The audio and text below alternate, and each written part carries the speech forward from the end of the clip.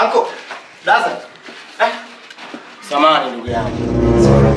Unajua nilipokuona hapa, nikasema wewe mwanaume mwenzangu, unaweza ukanisaidia mimi shida yangu. Na sisi wanaume tumeumbwa kusaidiana kaka. Yaani sio siri, hapa nina shida, nimekwama balaa. Yaani hapo unaponiona nimetokea huko, niko nakutafuta mazingira. Sema kwa bahati nzuri nimekutana na wewe. Niko na shida unisaidie shilingi 10,000 tu. Niende guest, kuna mtoto nimemkuta nimempaki hapo ndugu yangu, basi ameniganda hatari ndugu yangu. 10,000 tu kaka nisaidie. Nangu jua nilivyokuona umenisimamisha ukasema una shida, nikahisi kwamba una shida iko serious. Shida yangu uko sawa? Mimi niko sawa ndugu yangu. Zinakutosha? Yaani tunamaanisha akili yako iko sawa sawa.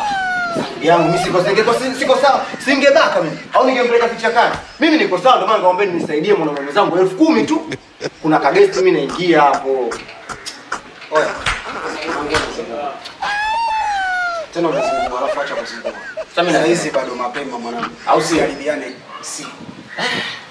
Sisi tumeelewana. Haya bwana. Pambana na maisha yako. Sawa.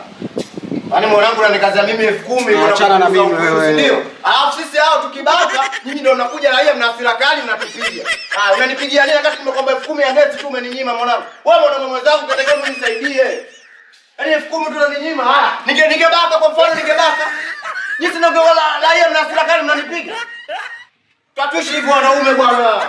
Sasa hujanikomoa mimi nikakutafuta kichochoro au mbabavu namaliza.